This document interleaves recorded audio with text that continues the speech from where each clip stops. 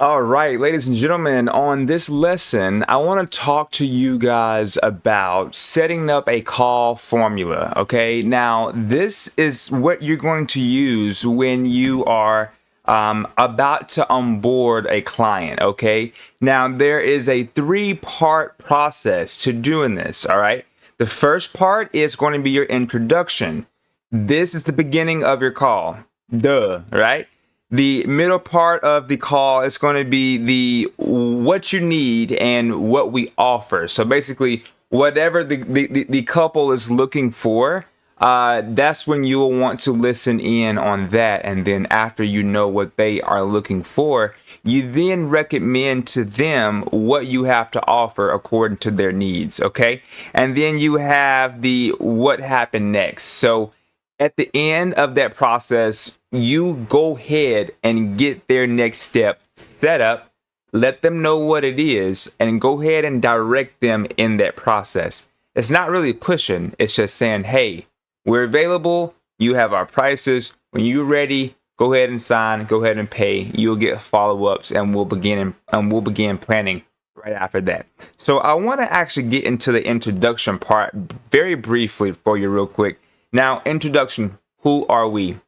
You don't have to give them your whole life story, right? But what you can do is let them know how long you've been open for, who's on your team, what you do in the company, and then, of course, why you like doing what you do, okay? Literally, once you do that, that's just laying the foundation so they can know some history about you and just won't go into this relationship unknowing exactly who they're paying. Okay. So that shouldn't take no more than 3 minutes, if that, of course, and sometimes they can piggyback off of it and tell them about themselves, but it's very rare. In a way, you guys are vetting each other, but it's more so just making sure that they're the right fit for you, because it's not the other way around, guys. If you immediately find a couple or someone that give you red flags, don't take their money. All money is not good money. So just know that, okay? All right. Now, the middle section, let's break it down a little bit.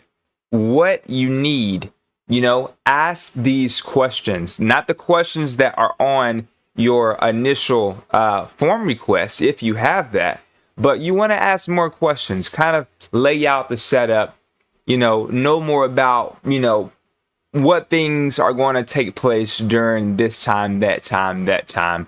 Kind of go ahead and get some of the questions that she or he might have answered and taken care of. That's typically something you want to knock out. And then, of course, what we offer, go down the packages that suits their budget. Okay.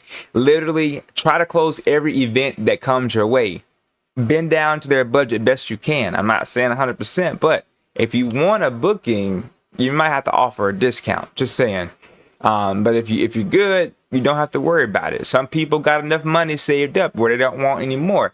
Some people don't got enough money saved up to where they want more. Some people think it's great to keep working no matter how much they have or how little they have. So you fit which you put yourself where you think you best fit in that category. Definitely offer add-ons too. You want to try to get as much bang for their buck as they can, where you want them to get as much bang as their buck. Yeah, I said that. Sometimes I tongue twist myself.